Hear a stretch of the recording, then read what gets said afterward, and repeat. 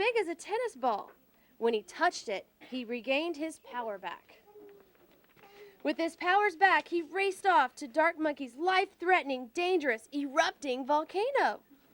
There, he saw Dark Monkey and his two ninjas. Both ninjas attacked Karate Monkey. Not knowing Karate Monkey had his powers back, he quickly put his hands together to form a fireball of electric shocks. The two ninjas were zapped into tiny particles. Dark Monkey got angry and got his staff, then tried to hurt Karate Monkey. But Karate Monkey dodged his hit by jumping over him. He quickly used his powers to bring down the giant stalactites from the ceiling to form a cage around Dark Monkey. Suddenly, Master Monkey appeared and created a time portal to send Dark Monkey back to the underworld. Dark Monkey begged them not to send him away, but Karate Monkey used his powers to carry Dark Monkey into the portal. Master Monkey and Karate Monkey returned to their temple in China. All the monkeys in China waited at the temple gates to welcome them back.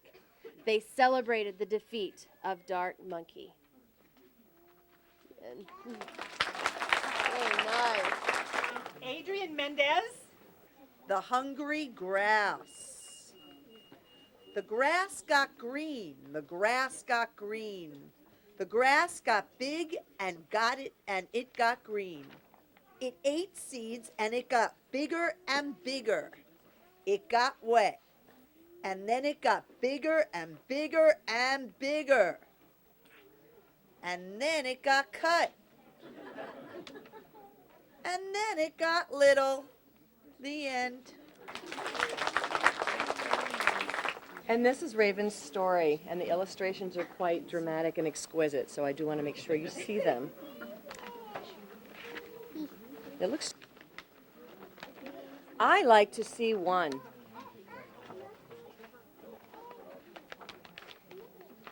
I don't like to see two.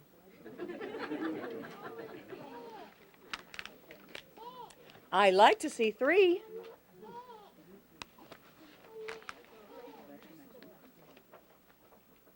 I like to see four. I like to see five.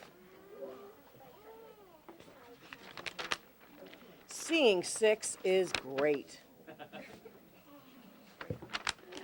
I like to see 1, 2, 3, 4, 5, 6. Raven Man. Devin wrote about Antarctica penguins. Hi, my name is Devin, and I am an explorer, and I visit Antarctica. I visit everywhere, but today I will visit here. Here I am at Antarctica. I will see a lot of penguins here, but I want to see an emperor penguin. And I am looking around. When I thought I was done, I saw an emperor penguin. And I saw a lot of penguins today. Today was fun. Tomorrow will be another one. So I saw some penguins, but I saw one emperor penguin. I went to sleep and I had a dream. I saw more penguins in my dream. And I had a good dream and I saw a penguin. And I saw a different penguin called macaroni penguin. But I went back to my house, and we all had a good time. Well, at least everybody had a good time. The end. Very good. Rowan's story is called Funny Fish. Funny Fish was a fish. She loved to swim. She found a friend who wanted to swim with her. So they swam in the ocean together. The end. Jessica gave us her story without coming in with a class. This is an independent story that she wrote on her own and brought to the library. So we're always very excited when we get stories like that because we don't get very many. And this is called a Furry Paws Book, A Tale of Two Dogs. But there's a stick-em note here. Over here it says, in handwriting it says, and a cat. And the stick-em note says, note to reader. The handwriting on the cover was done by the one cat in the story. So the cat wrote on this. Down here it says, for all you dog and cat lovers. I'm a cat lover, so I think that's a good thing. There were two identical dogs named Leah and Sam. They got along well and they joked around every now and then. Everything was fine until, over here in the bubble it says, hey you two, I have a surprise. Their owner called them over. They saw a kitten. Isn't she adorable? Her name is Elizabeth. I want you to watch her for the day. Her owner is out of town and I have to go to work, said their owner. In Leah's opinion, she thought she would be no trouble at all. Then they could play models. In Sam's opinion, he thought he had to deal with more whining. Sam is older than Leah by 1 second. Little did they know, they were both really wrong. Here's Leah's thoughts and here's Sam's thoughts. There was one thing Leah and Sam didn't know. Elizabeth was a practical joker. No one suspected her because she was, well, always licking her fur.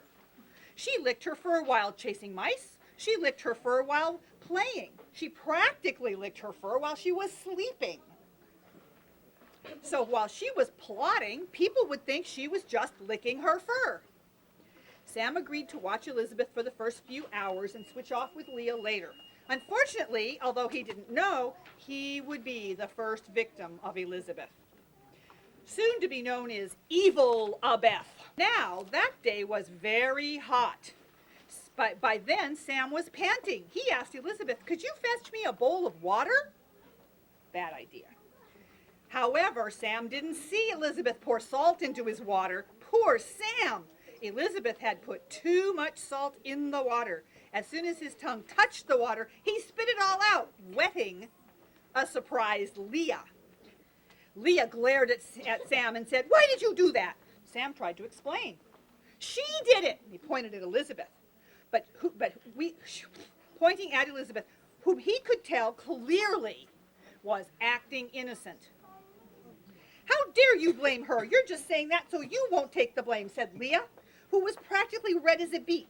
I'll watch her for now. It's obvious that you don't want to watch her, said Leah, clearly still angry. Sam stalked out of the room, glaring at Elizabeth.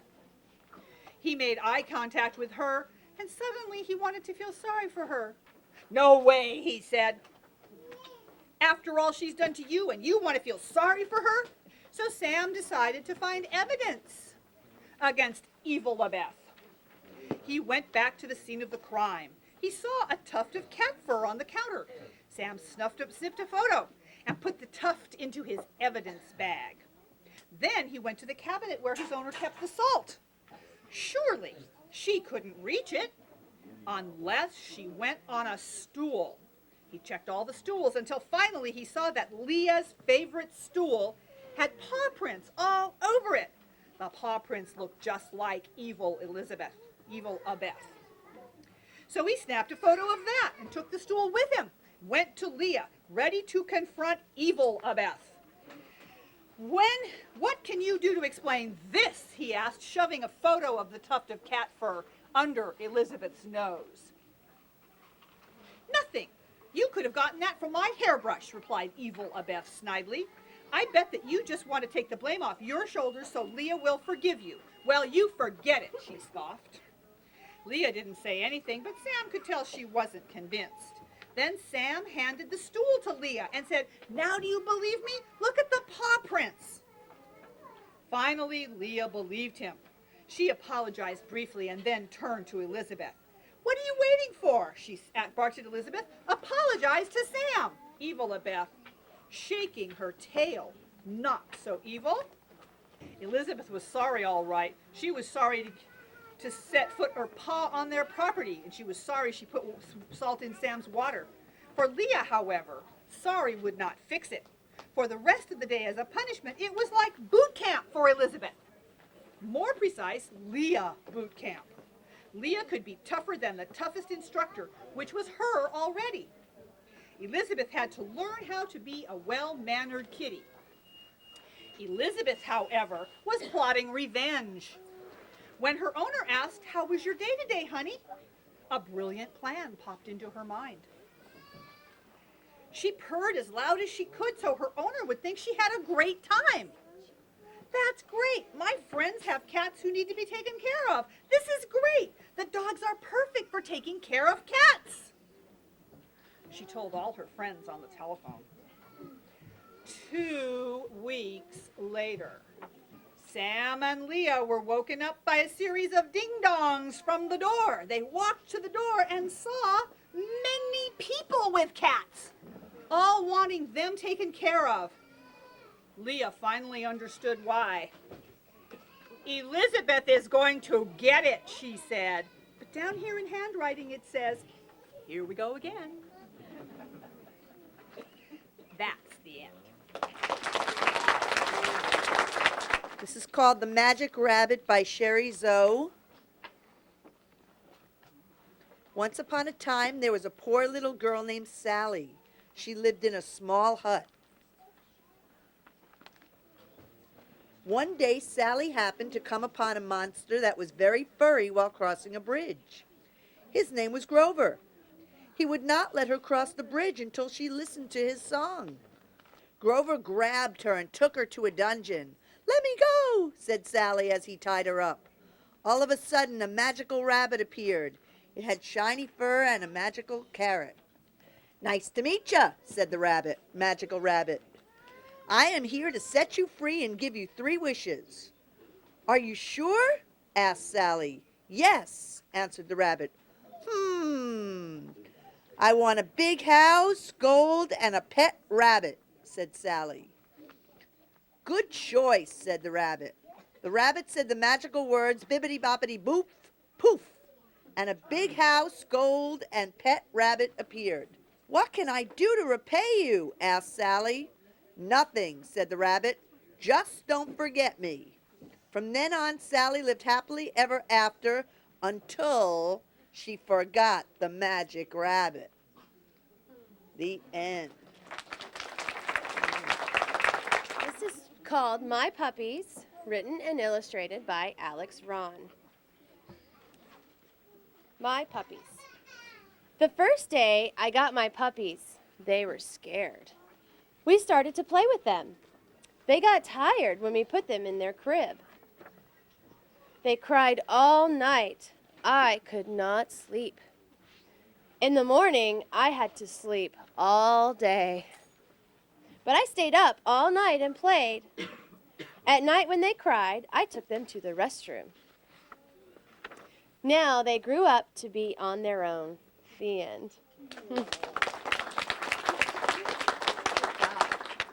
This is called Planet, Toys, and Animals, and it is written and illustrated by Angie. One day, some children were thinking how to make a planet. One of them said, "Let's use rocks." But some of the kids didn't like the plan. Then a green dog came. He said, "Maybe you guys could come to Planet, Toys, and Animals." But everybody hid. "Why are you scared of me? You can talk." "I promise not to scare you. I am an alien. Come with me." So they went on a rocket ship. This rocket ship is made of toys. It's weird. Then the dog said his name. "My name is Sam." They landed on a planet, but they landed on the wrong planet. Then a scary alien came. The next day they were trapped. "What are we going to do now?" "Get out." "Maybe you can get us out, Sam. That's a good idea." "I just need scissors." "For what?" "To cut the bars." Then they cut and were out. They finally got to the planet. It was all covered